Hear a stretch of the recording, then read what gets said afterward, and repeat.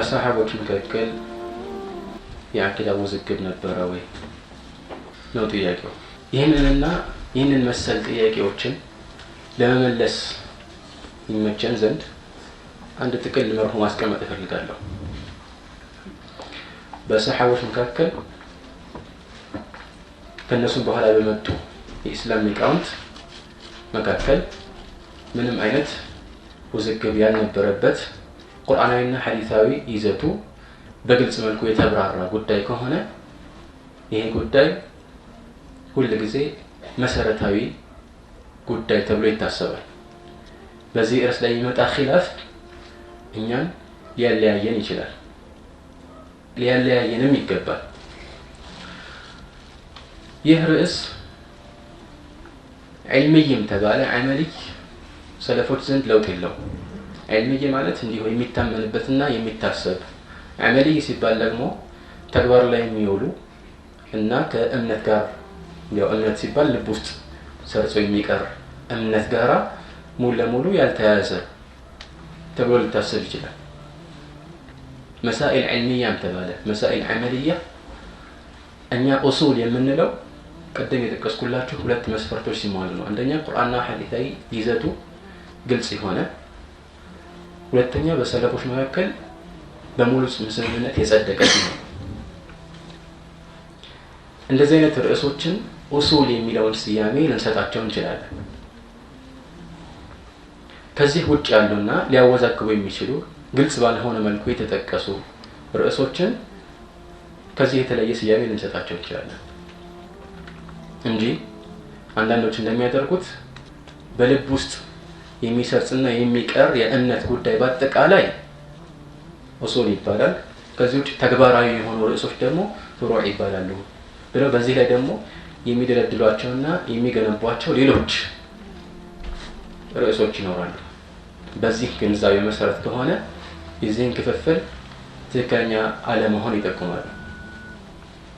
ለዚህ ነው ኢብኑ ተይሚያ ረሂመሁላሁ ተዓላ ኡሱል ሊባል የሚገባው ከሁለቱም አይነት ማለት ዒልሚ የሚሆን ዐመልይ ሁል ጊዜ ጀሊል የሆነው ነው አው ጀሊይ የሆነው ነው። በተቃራኒው ደግሞ ፍሩዕ ሊባል የሚገባው ደቂቅ የሆነው ነው ይላል።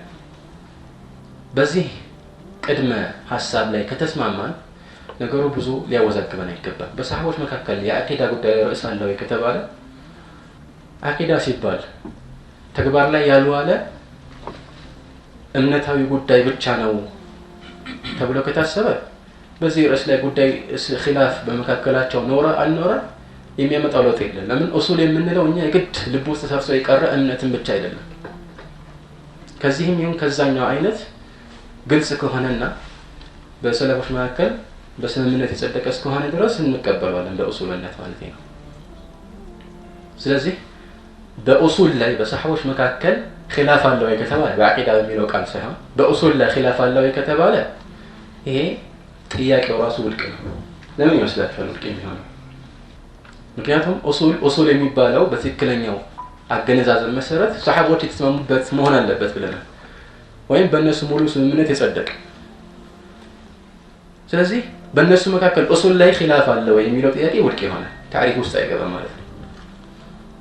በዚህ መሰረት ይህ ጥያቄ ከመሰረቱ ውድቅ ይሆናል። ግን አቂዳ ሲባል የሚፈለግበት ልብ ያመነው ነገር ብቻ ነው ወይ ከተባለ በቃል አመጣጥ እና በስርወ ቃል ስናየው ይህንን መልእክት ሊያስተላልፍ ይችላል።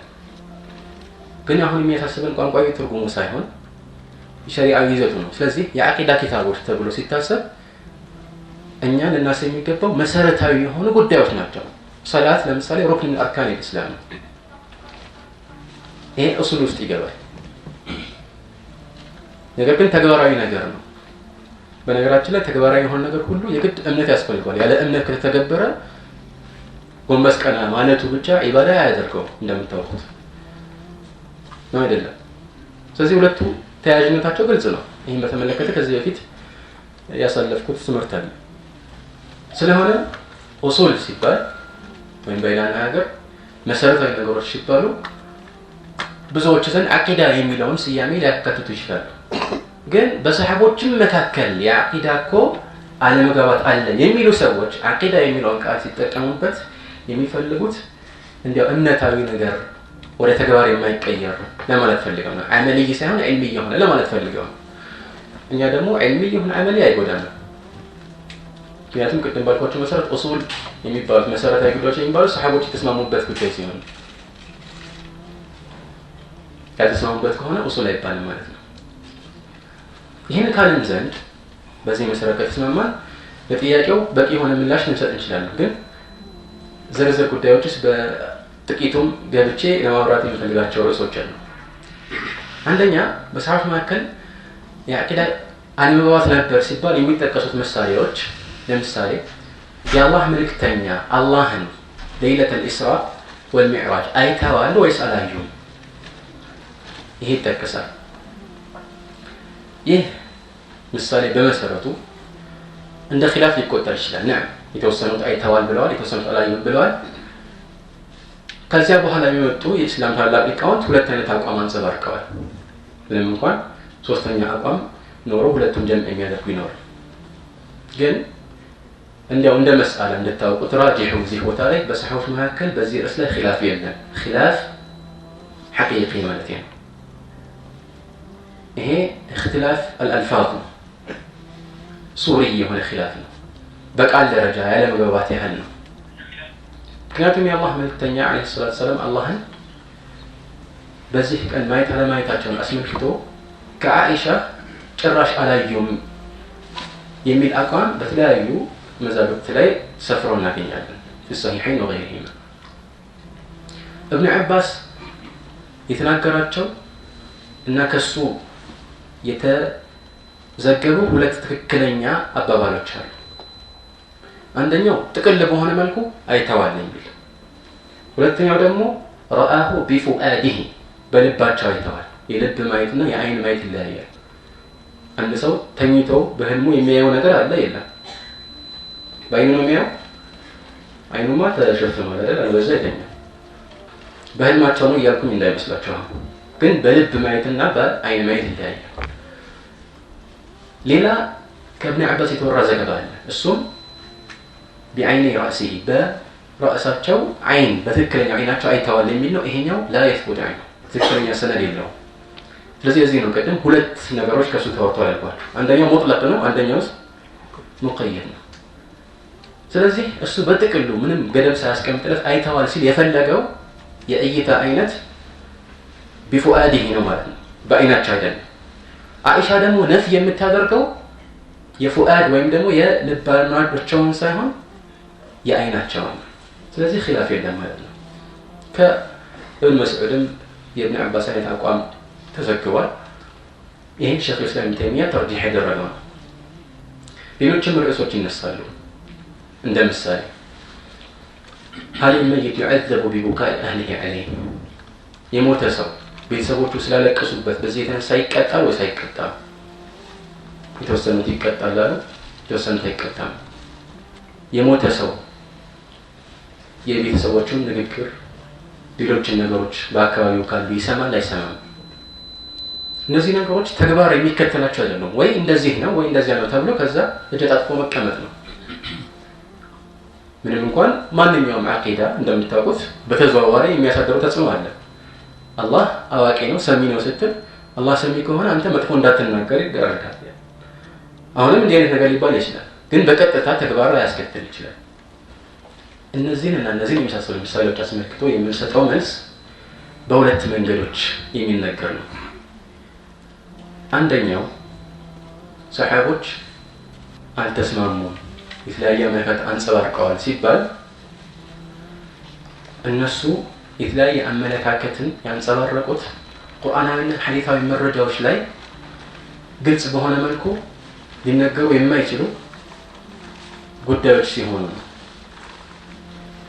በሌላ ነገር በግልጽ ያልተብራሩ ነገሮች ሲሆኑ ወይም በእነሱ ጊዜ የደረሳቸው ሐዲስ ሙሉ ለሙሉ ያንን የሚጠቁም ስላልሆነ ወይም ሌሎች ምክንያቶች ከዚህ በፊት ጊዜ እንዳብራራሁት አንድ ሰው የሆነ አቋም ይዞ ተሳስቷል የሚባለው ሐቅን ሲጥስ ቢሆንም የሐቅ መጣስ ርዕስ ከሰውየው ፍላጎት ከአካሄዱና ከርዕሱ ከሌሎችን ጉዳዮች አንፃር ሊለያይ እንደሚችል አውቀናል። ስለዚህ ግልጽ የሆኑ ጉዳዮች አሉ። ለዚህ ነው ከነሱም በኋላ ሰሃቦች የተለያዩ አቋም ሲያንጸባርቁ ታገኛቸዋለህ። ሁለተኛው መልስ ሰሃቦች የተለያየ አቋም ቢኖራቸው እነሱ በተለያዩበት ርዕስ ላይ እኛም የአንደኛውን ወገን ከመረጃ አንፃር ብንደግፍ የአንደኛውን ወገን አቋም ከመረጃ አንፃር ብንደግፍ ወይም ሌላው ደግሞ የሌላውን ወገን አቋም ከመረጃ አንፃር ቢደግፍ በዚህ ርዕስ ላይ እኮ ማንንም አይኮንንም። ግን አሁን ርዕሳችን ይሄ አይደለም። የቢድዓ ርዕስ ተነስቶ ሰዎች የፈለጉትን እንዲሉ አንደኛው አላህ የት እንደሆነ አላውቅም፣ አንደኛው ደግሞ አላህ ደግሞ ሁሉ ቦታ ነው ያለው ብሎ እስኪሞግት ድረስ ሰዎች ዝም ተባብለው አይ እንዲያውም ወንድማማችነታችን መጠንከር አለበት የሐሳብ መከባበር ይኑር ተብሎ ስለ ሙብተዲዓዎች ወይም የቢድዓ አራማጆች እንዳናወራ ይሄ አይነት መገደቢያ ሐሳብ ለማቅረብ ታስቦ ስለሆነ ይሄ ውድቅ ነው የሚሆነው። ለምን እነዚህ ዛሬ ሙብተዲዓዎች ጀህሚያዎችም ሆነ ቀደሪያዎችም ከነሱ በኋላ የመጡትን ከነሱ በፊትም ያሉት በዘመናችን ያሉትን ከዛም በፊት የነበሩት ሁሉ እኛና እነሱን ያጣላን ሰሃቦች መካከል የነበረው ርዕስ ከሆነ ያ ኺላፍ ያደረበት ርዕስ ከሆነ እኮ ለመመለስና አንተ ሙብተዲዕ ነህ አንተ ደግሞ ችግር አለበት ተመለስ ብለን ላለመምከር ወይም ደግሞ ነገሩን ድንበር ላለማለፍ እዚህ ቦታ ላይ ቃል እንገባለን። ችግር የለም። በዚህ ርዕስ ላይ ኺላፍ ካለ ችግር የለም። አሁንም ቢሆን እነሱ ባልተስማሙበት ርዕስ ላይ እኛ በግድ እንስማማ ብለን አንገታችንን ጎንበስ አድርገው ወይ ደግሞ የሌላውን አንገት ቆልኙን አንይዘን ተግባባን አይደለም? እነዚህ ሁለት ነገሮችን ያዟቸው። ሌላ ሁለት ነገር ጨምርላችኋለሁ። አንደኛ ሰሃቦች ራሳቸው በእነሱ መካከል የነበረውን ኺላፍ አስመልክቶ የነበራቸው አቋምና ሌላ አዲስ መሰረት የሌለው ቢድዓ ሲመጣ ያንን ቢድዓ ለማውገዝ የሚያሳዩት አቋም ተመሳሳይ ሆኖ እናገኘዋለን። ችግር የለውም። ያው እኮ ይሄ ከላይ የተባለው ቀደርይ ሰው ያመጣው ቢድዓ ልክ ከላይ የሚባለው ሰሃቢ እንደተናገረው ነው። እሱም ኢጅቲሃድ ያደረገ እሱም ኢጅቲሃድ ያደረገ ተብሎ ነበር የሚታለፈው በሰሃቦች ዘንድ ነው። ابن عباس እና አይሻ መካከል የነበረው ችግር ምን ነበር? የምታውቁት ነገር አለ? በሁለቱ መካከል የተፈጠረ ነገር አንዱ ካንዱ ሲያስጠናቅቅ ሰምታችኋል? በፍጹም። ግን ابن عباس ለአይሻ ምን ማለት ነው? ቀደርን አስመልክቶ የሚናገሩ ሰዎች መጡ ሲባል ምንድን ነው ያለው?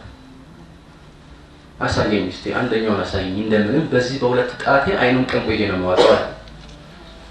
ወጣቸው አንድ አይነት አይደለም በፍጹም ማለት ሁሉም ሌሎች ቢድዓዎች ላይ የነበራቸው አቋምና እንደዚህ ኢጅቲሃድ ሊገባበት የሚችል ርዕስ ላይ የነበራቸው አቋም ይለያያል። ገብቷችኋል? ሁለተኛው ርዕስ ደግሞ ቅድም በጥቅም ቢሆን ጠቁሜዋለሁ። ሙኽተለፍ ፊህ የሆነ ርዕስ ወደ ሙጅመዕ ዐለይህ ነው የሚመለሰው። በአንድ ነገር ላይ ካልተስማማን እንድንስማማ መጀመሪያ የሚያስማማን አንድ ወጥ የሆነ ርዕስ ያስፈልጋል። ከዛ በኋላ ዝርዝሩ ላይ እንዴት ነው ይሄንን ተግባራዊ የምናደርገው ብለን እንወያያለን። እኔና አንድ ሙስሊም የሆነ ሰው ካልተስማማን የምንፈረደው ወደ ቁርአን ወደ ሐዲስ መሆኑ መጀመሪያ ልንወያይ ይገባል። ግልጽ አይደለም? ካፊር ከሆነ ሰውየው ወደ ቁርአን ወደ ሐዲስ ነው መመለስ ያለብን። አላህ እንዲህ ብሏልና ስለዚህ ረሱል እንዲህ ብለዋል ብትለው እሱ አስተን እሳቸው መልእክተኛ አይደሉም ብሎ ሊሆን ይችላል የሚከራከር መረጃ ይሆናል ለሱ ማለት ነው። አንተ ዘንድ ሙሰለም ቢሆን ትክክለኛ መረጃ ሊሆን ይችላል። እኔ አላህ መልእክተኛ ነኝ ብለዋል እሳቸው ተብለው ነው ካፊሩ የሚታሰረው ነው አይደለም።